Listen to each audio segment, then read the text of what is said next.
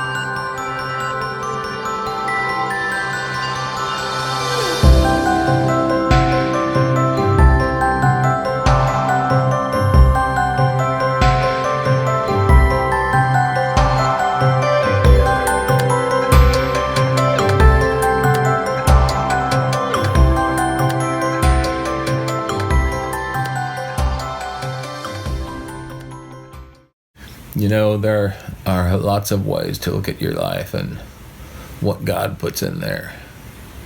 Sometimes you can say, I'm the luckiest person in the whole universe. Maybe the day you're baptized, you feel that way.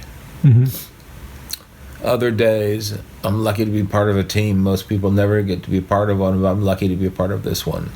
I think about that a lot still. Other times I feel like God, plucked our lives out of the fire just at the last possible second, and that we were lucky to survive the fire.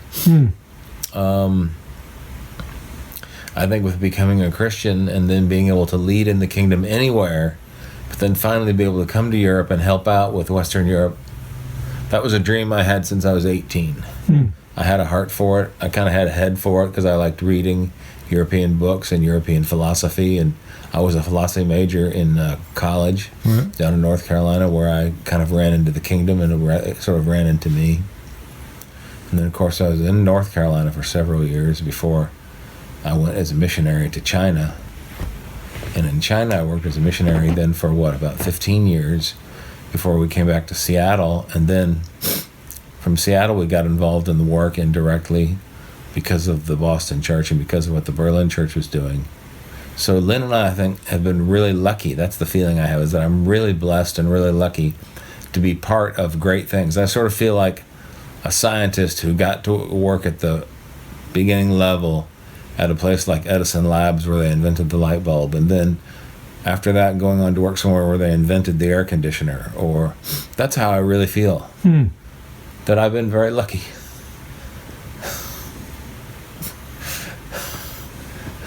To see what I've been able to see, right? Because what was it that Peter's admonishment was? For many people desired to see what we see, but were unable to. Many people longed to hear what we've heard, but were unable to hear it. So if I had a word to describe me in the ministry, I'd say lucky. I'm lucky. That's great. Yeah, sorry to be kind of a boo-boo bear today, folks, but that happens sometimes as you get older. You have days where you just blubber your way through the day. And then other days you just feel dry and old. Yeah. But today's a blubbery day for me. That's good. But I'd be glad to try to answer any questions, Matas, you might have that might help people understand the kingdom better and our history. Yeah. What's most valuable to you about your relationship with God? I think the most valuable thing is an objective thing. It's a thing that's true even when you don't feel it's true. And that is that being saved means that God is standing with you, standing behind you, taking care of you and covering for you, holding you in his arms of protection. All the different metaphors we could put together. God is doing that for you all the time.